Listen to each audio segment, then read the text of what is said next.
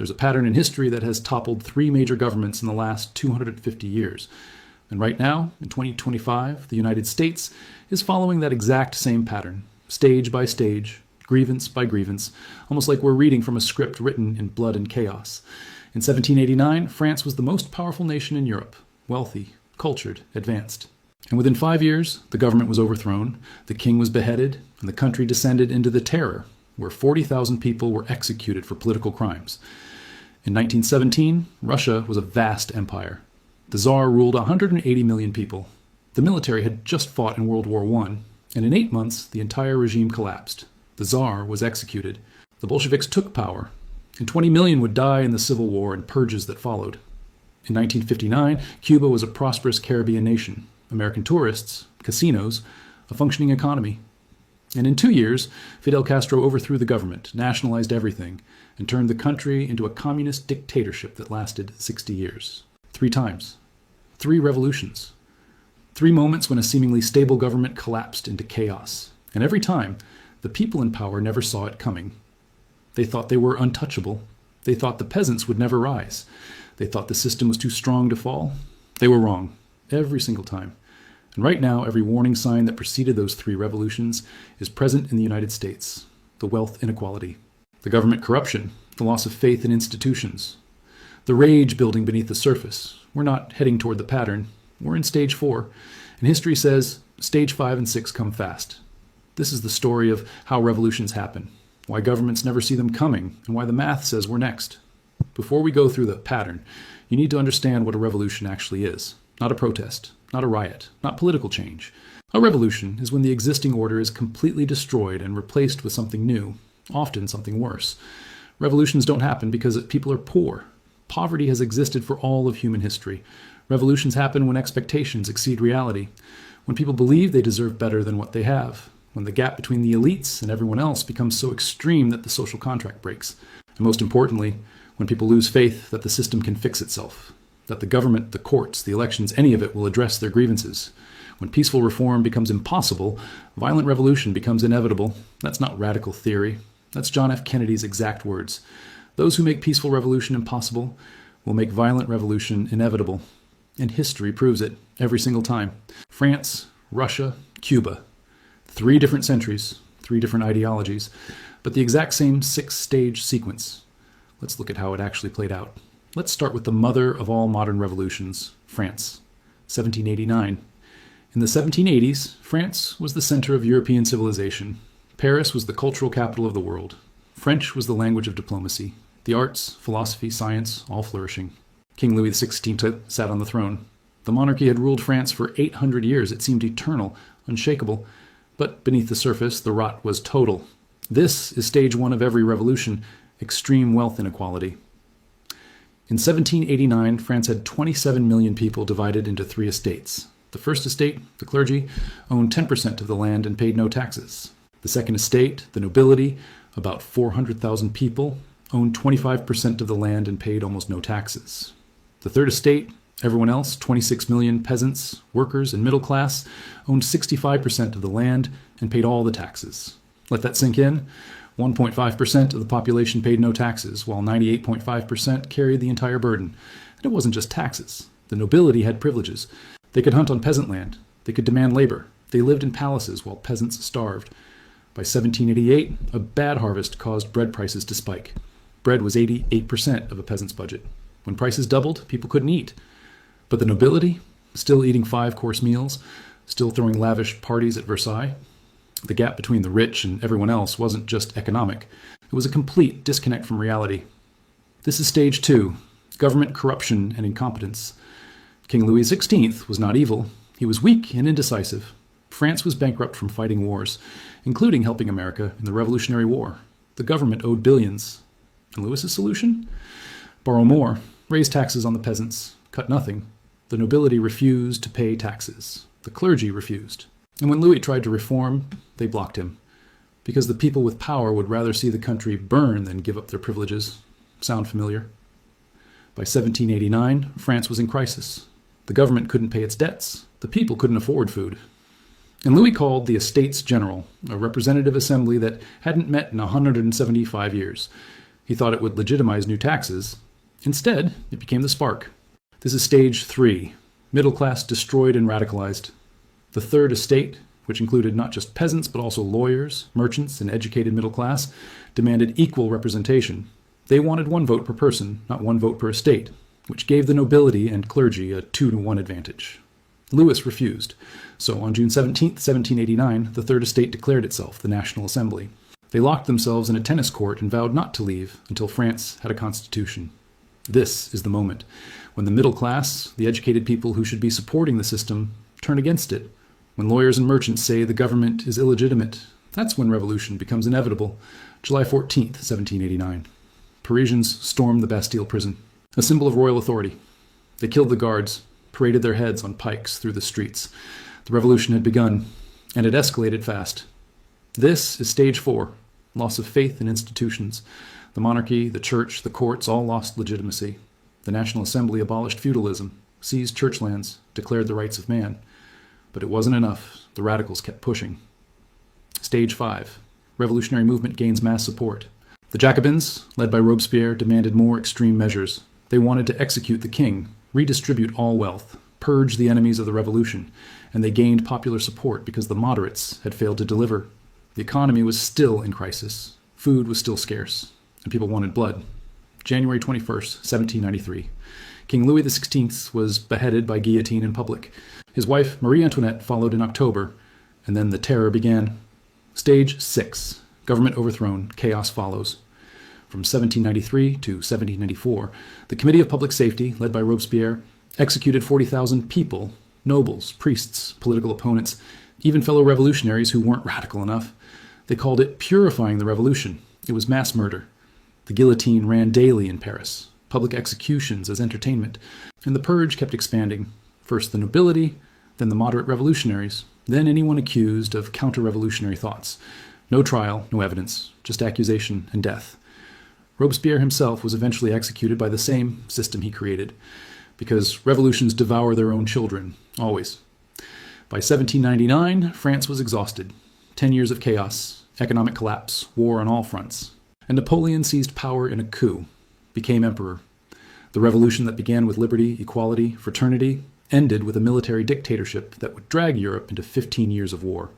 The lesson of France: extreme inequality plus government incompetence plus loss of faith in institutions leads to revolution. And revolution leads to chaos, terror, and often dictatorship worse than what came before. Now let's jump forward 128 years. Russia, 1917. By 1917, Russia was a backwards empire ruled by Tsar Nicholas II. The Romanov dynasty had ruled for 300 years, and Russia was massive, 180 million people, spanning from Europe to the Pacific. But beneath the imperial facade, the same rot. Stage 1, extreme wealth inequality. The Tsar and nobility owned everything. The peasants, 80% of the population, owned nothing. They'd been freed from serfdom in 1861, but most still worked land owned by nobles, paying rent they couldn't afford. In the cities, factory workers labored 14 hours a day for starvation wages. Child labor was common. Safety regulations didn't exist. Meanwhile, the Tsar lived in palaces. The nobility hosted balls that cost more than a peasant would earn in a lifetime. The gap wasn't just economic, it was feudal, medieval, and unsustainable. Stage 2, government corruption and incompetence. Tsar Nicholas II was a disaster. Weak, indecisive, and completely out of touch with reality. He believed in divine right, that God had chosen him to rule, and therefore no reform was necessary. When workers peacefully marched to the Winter Palace in 1905 to petition for better conditions, his guards opened fire, hundreds killed, Bloody Sunday. It destroyed any remaining faith that the Tsar cared about his people. Then came World War I. Russia entered in 1914, and it was a catastrophe. Millions of poorly equipped soldiers sent to die. Officers were incompetent. Supply lines collapsed. Soldiers fought without bullets. Entire divisions surrendered because they had no ammunition. By 1917, Russia had suffered 3 million casualties. The army was deserting. The economy was collapsing. And the Tsar? Still living in luxury. Still making decisions based on advice from Rasputin, a mystical holy man who had influence over the Tsarina. February 1917, bread riots in Petrograd, St. Petersburg. Women in bread lines started protesting. Workers joined them. The army was called in to restore order. But the soldiers refused to fire on the crowds. They mutinied. Stage 3, middle class and military turn against the government. When the army won't defend you, the government is over. The Duma, Russia's parliament, demanded Nicholas abdicate, and on March 15, 1917, he did. After 300 years, the Romanov dynasty ended not with a war, but with a whimper. A provisional government took over, led by Alexander Kerensky. They promised reforms, elections, a constitution, but they made a fatal mistake. They kept Russia in World War I. The soldiers wanted peace, the people wanted food, and the provisional government delivered neither. Stage 4. Loss of faith in institutions. The provisional government lost legitimacy within months. They were seen as weak, incompetent, beholden to foreign powers. And into that vacuum stepped Vladimir Lenin and the Bolsheviks. Stage 5. A revolutionary movement gains mass support. Lenin promised 3 things: peace, land, bread, end the war. Redistribute the nobility's land to peasants. Feed the people. Simple, direct. And the Bolsheviks built a disciplined revolutionary organization ready to seize power. October 25th, 1917. The Bolsheviks launched a coup. They stormed the Winter Palace, arrested the provisional government, and Lenin declared Soviet power. The whole operation took less than 24 hours, almost bloodless, but what followed wasn't. Stage 6. Government overthrown, chaos follows. The Russian Civil War lasted from 1918 to 1922. The Reds, Bolsheviks, versus the Whites, everyone else. Monarchists, liberals, foreign intervention. It was total war, and the Bolsheviks won through ruthless terror. The Cheka, the secret police, executed anyone suspected of counter-revolutionary activity. Entire villages wiped out. In July 1918, the Tsar and his entire family were executed in a basement, shot and bayoneted. Even the children. By 1922, the Bolsheviks controlled Russia. But the cost was catastrophic. 10 million dead in the Civil War. Famine killed millions more. The economy was destroyed. And Lenin's promises? Peace meant surrender to Germany in humiliating terms. Land meant collectivization and famine. Bread meant rationing and starvation. The revolution that promised liberation delivered dictatorship. Stalin would take over in 1924 and kill 20 million more in purges and famines. The lesson of Russia. When government incompetence meets military defeat meets revolutionary organization, the entire system can collapse in months, and what replaces it is often far worse. Now let's look at the most recent example. Cuba, 1959.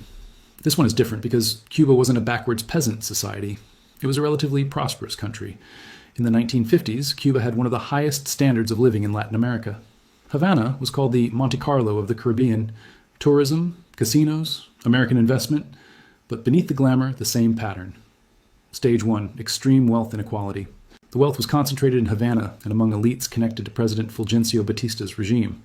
The rural poor, especially in eastern Cuba, lived in poverty. Sugar plantations dominated the economy. American companies owned much of the land. The profits flowed out of the country or into the pockets of a small elite. Meanwhile, rural Cubans had no health care, no education, no opportunity. The gap between Havana's nightclubs and the rural countryside was enormous. Stage 2, government corruption and incompetence.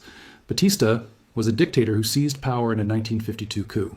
He canceled elections, ruled by decree, and the corruption was total. Police could be bought. Courts were rigged. Political opponents were imprisoned or killed. American mobsters ran the casinos with Batista's blessing, paying him a cut. The government existed to enrich Batista and his cronies, nothing else. And when people protested, the response was violence. Secret police, torture, disappearances.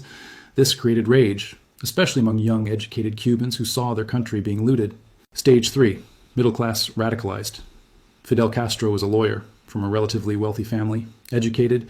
He could have been part of the elite, but he saw the corruption and chose revolution. In 1953, he led an attack on the Moncada barracks. It failed. He was imprisoned, but at his trial, he gave a speech that would inspire thousands. "History will absolve me," he said. He was released in an amnesty in 1955 and went to Mexico to plan. December 1956.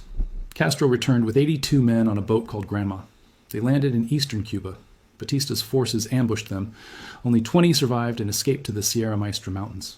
Most revolutionaries would have given up. Castro didn't. This is where the pattern accelerates. Stage 4. Loss of faith in institutions. Batista's brutality turned the population against him. When the army razed villages suspected of helping rebels, they created more rebels. When police tortured students, their classmates joined the revolution. Castro's forces grew, not because of ideology, because Batista was hated, and the United States, which had supported Batista, started backing away. When your foreign patron abandons you, you're finished. Stage 5. Revolutionary movement gains mass support. By 1958, Castro had thousands of fighters, urban resistance cells in every city, support from peasants who saw him as their defender, and Batista's army was collapsing. Soldiers deserted, officers fled with stolen money. On January 1st, 1959, Batista fled to the Dominican Republic with $300 million. Castro entered Havana on January 8th, victorious. Stage 6. Government overthrown, chaos follows. At first, Castro promised democracy, elections, free press. But within months, the mask dropped. Political opponents were arrested, trials and executions. The press was censored, and Cuba became a communist dictatorship. Castro nationalized everything: factories, farms, businesses. Anyone who resisted was imprisoned or executed. Hundreds were shot in the first year. Thousands fled. The middle class that had supported Castro because they hated Batista? They learned too late that revolution doesn't bring freedom. It brings new tyrants. Cuba remained a dictatorship for 60 years. Fidel ruled until 2008, his brother Raul until 2018. The revolution that promised liberation delivered poverty and repression. The lesson of Cuba: even in a relatively developed country, corruption and brutality can trigger revolution. And the revolutionaries, once in power, become the new oppressors. 3 revolutions, 3 countries, 3 centuries. France, 1789, Russia, 1917, Cuba, 1959. Different contexts, different ideologies, but the exact same 6-stage pattern. Let's break it down, because once you see it, you'll understand why what's happening in the United States right now should terrify you. Stage 1. Extreme wealth inequality. In all 3 cases, wealth was concentrated in a tiny elite while the masses struggled. France. Nobility and clergy paid no taxes. Russia. Tsar and nobles owned everything. Cuba. Batista and connected elites looted the country. The specific numbers varied, but the pattern is the same. When the top 1% controlled 25 to 40% of wealth, when the gap between rich and poor becomes visible and insulting, resentment builds. This alone doesn't cause revolution. Inequality has always existed, but it's the foundation. Check. Stage 2. Government corruption and incompetence. In all 3 cases, the government was seen as illegitimate. France.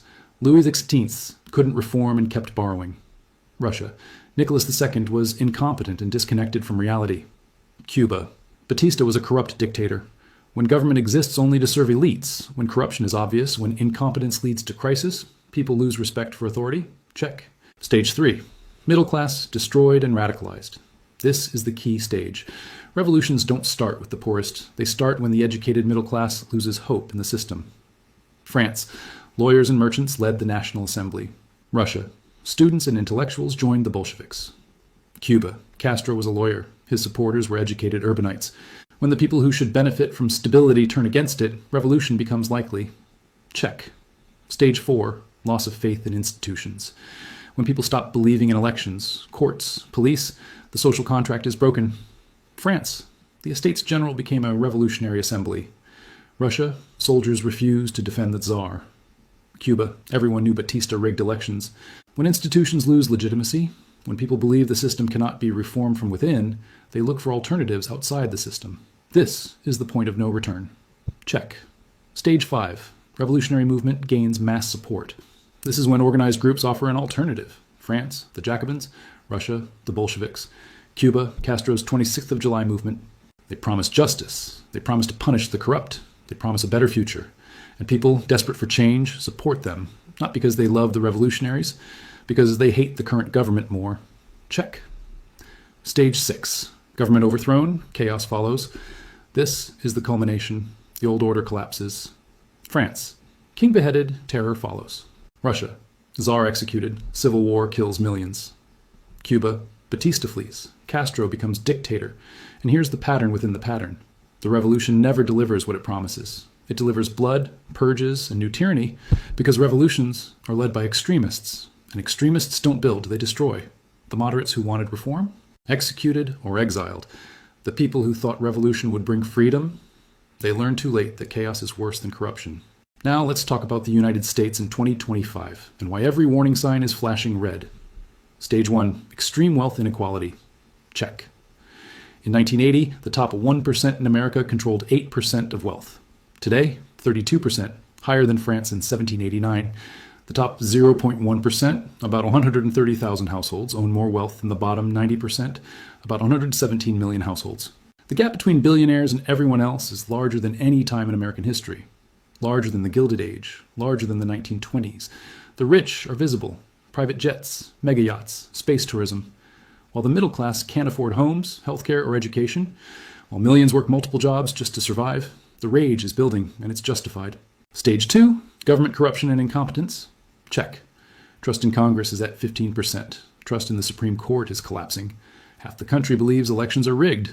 Insider trading by members of Congress is rampant. Lobbyists write legislation. Corporations own politicians. And nothing gets done. Infrastructure is crumbling. The debt is $36 trillion and climbing.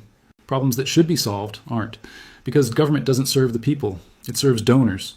When both parties are seen as corrupt and incompetent, when voters believe the system is rigged, faith in democracy dies.